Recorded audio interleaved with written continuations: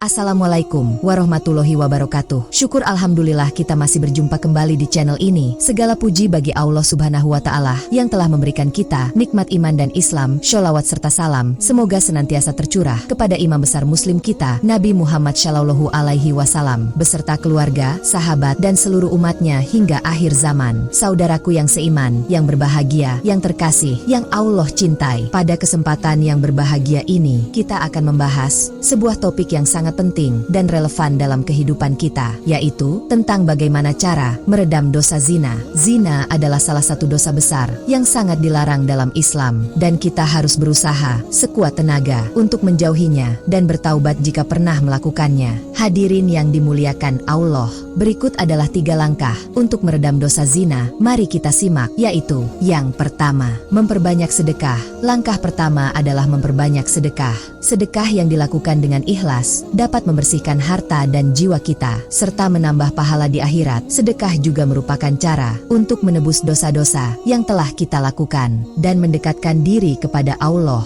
Allah subhanahu wa ta'ala berfirman dalam Al-Quran Surah Al-Baqarah ayat 261.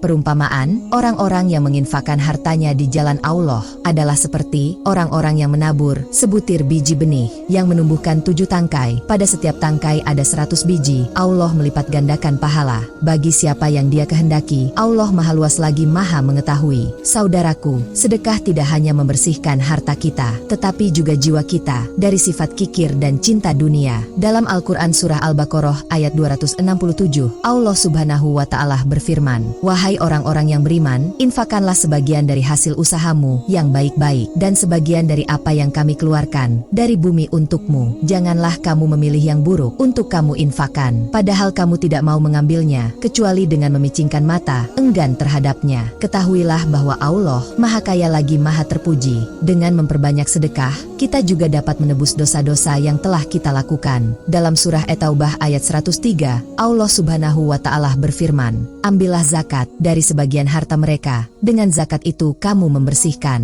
dan mensucikan mereka, dan berdoalah untuk mereka. Sesungguhnya doa kamu itu menjadi ketentraman jiwa bagi mereka, dan Allah Maha mendengar lagi Maha mengetahui." Berikutnya yang kedua, memperbanyak sholawat dan membaca surah Al-Mulk. Langkah kedua adalah memperbanyak sholawat kepada Nabi Muhammad Shallallahu Alaihi Wasallam dan membaca surah Al-Mulk setiap hari. Sholawat dapat menjadi syafaat di akhirat, dan surah Al-Mulk dikenal sebagai pencegah siksa kubur. Dengan memperbanyak amalan ini, kita berharap mendapatkan rahmat dan perlindungan dari Allah. Sesungguhnya Allah dan malaikat-malaikatnya bersholawat untuk Nabi. Hai orang-orang yang beriman, bersholawatlah kamu untuk Nabi dan ucapkanlah salam penghormatan kepadanya. Saudaraku, sholawat kepada imam besar muslim kita, Nabi Muhammad Shallallahu Alaihi Wasallam, memiliki banyak keutamaan. Salah satunya adalah mendapatkan syafaat di hari kiamat. Rasulullah Shallallahu Alaihi Wasallam bersabda, "Barang siapa yang bersholawat kepadaku 1 kali, maka Allah akan bersholawat kepadanya 10 kali." Hadits riwayat Muslim. Selain itu, membaca surah Al-Mulk setiap hari juga memiliki keutamaan yang besar. Surah Al-Mulk dikenal sebagai pencegah siksa kubur. Dalam sebuah hadits, Rasulullah Shallallahu Alaihi Wasallam bersabda, "Sesungguhnya di dalam Al-Quran terdapat suatu surah yang berisikan 30 ayat yang dapat memberi syafaat bagi pembacanya hingga ia mendapat ampunan, yaitu Tabarakallazi biyadihil mulku." Surah Al-Mulk. Hadits riwayat Tirmidzi, Abu Daud, Ibnu Majah,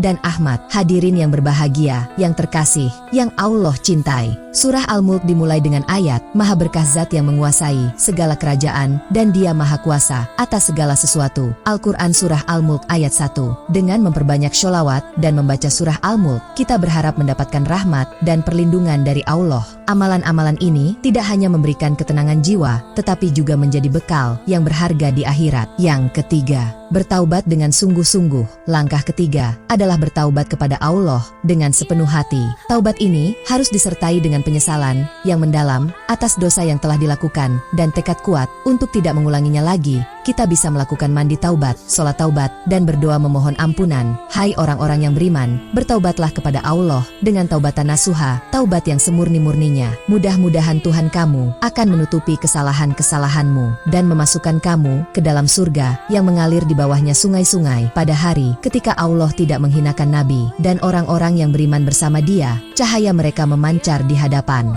dan di sebelah kanan mereka sambil mereka mengatakan, "Ya Tuhan kami, sempurnakanlah untuk kami cahaya kami dan ampunilah kami. Sesungguhnya Engkau Maha Kuasa atas segala sesuatu." Saudaraku, taubat nasuha adalah taubat yang dilakukan dengan sepenuh hati, penuh penyesalan, dan tekad kuat untuk tidak mengulangi dosa tersebut. Dalam surah An-Nisa ayat 17, sesungguhnya taubat di sisi Allah hanyalah taubat bagi orang-orang yang mengerjakan kejahatan lantaran kejahilan, yang kemudian mereka bertaubat dengan segera. Maka mereka itulah yang diterima Allah taubatnya, dan Allah Maha Mengetahui lagi Maha Bijaksana. Hadirin yang berbahagia, taubat yang diterima oleh Allah adalah taubat yang dilakukan dengan segera. Setelah menyadari kesalahan, Rasulullah Shallallahu Alaihi Wasallam juga mengajarkan bahwa Allah sangat mencintai hambanya yang bertaubat. Dalam sebuah hadits, beliau bersabda, "Setiap anak Adam pasti berbuat dosa, dan sebaik-baik orang yang berbuat dosa adalah yang bertaubat." Hadits riwayat Ibnu Majah.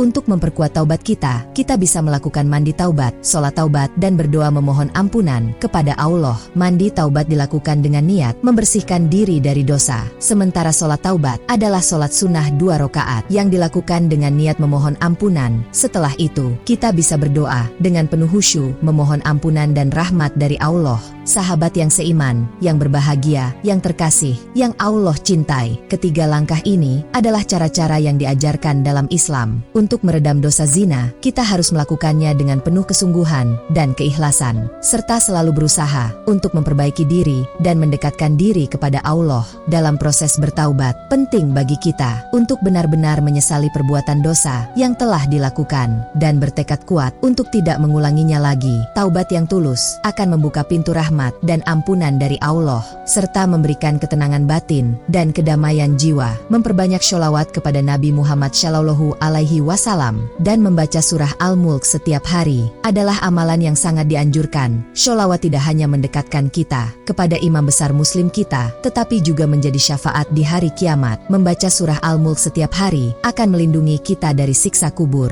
dan memberikan keberkahan dalam hidup kita. Kedua amalan ini harus dilakukan dengan penuh keikhlasan dan konsistensi, sehingga kita dapat merasakan manfaatnya dalam kehidupan sehari-hari. Sedekah yang dilakukan dengan ikhlas dapat membersihkan harta dan jiwa kita, serta menambah pahala di akhirat. Sedekah juga merupakan cara untuk menebus dosa-dosa yang telah kita lakukan dan mendekatkan diri kepada Allah. Dengan memperbanyak sedekah, kita tidak hanya membantu sesama yang membutuhkan, tetapi juga mendapatkan keberkahan dan ridho dari Allah. Sedekah yang dilakukan dengan hati yang tulus akan membawa kebaikan yang berlipat ganda, baik di dunia maupun di akhirat. Sebagai kesimpulan, marilah kita selalu ingat bahwa Allah Maha Pengampun dan Maha Penyayang. Tidak ada dosa yang tidak bisa diampuni olehnya jika kita bertaubat dengan sungguh-sungguh. Mari kita manfaatkan waktu yang kita miliki untuk memperbanyak ibadah dan amal kebaikan, serta menjauhi segala bentuk kemaksiatan. Dengan demikian, kita dapat meraih kebahagiaan dan keselamatan di dunia dan akhirat.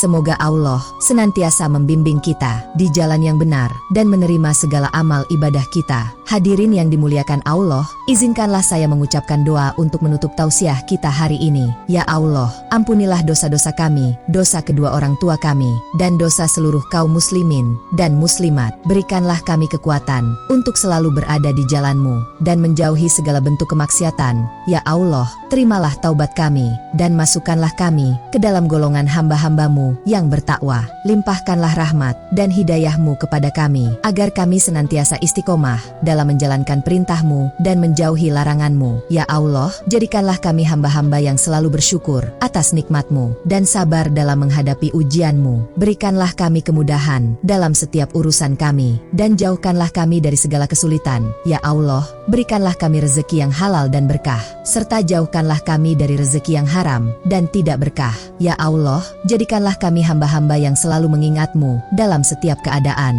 baik dalam suka maupun duka. Amin ya Robbal Alamin. Demikianlah tausiah yang dapat saya sampaikan. Semoga bermanfaat bagi kita semua. Mohon maaf atas segala kekurangan. Jika ada kata-kata yang kurang berkenan, saya mohon ampun kepada Allah dan meminta maaf kepada hadirin sekalian. Wassalamualaikum warahmatullahi wabarakatuh.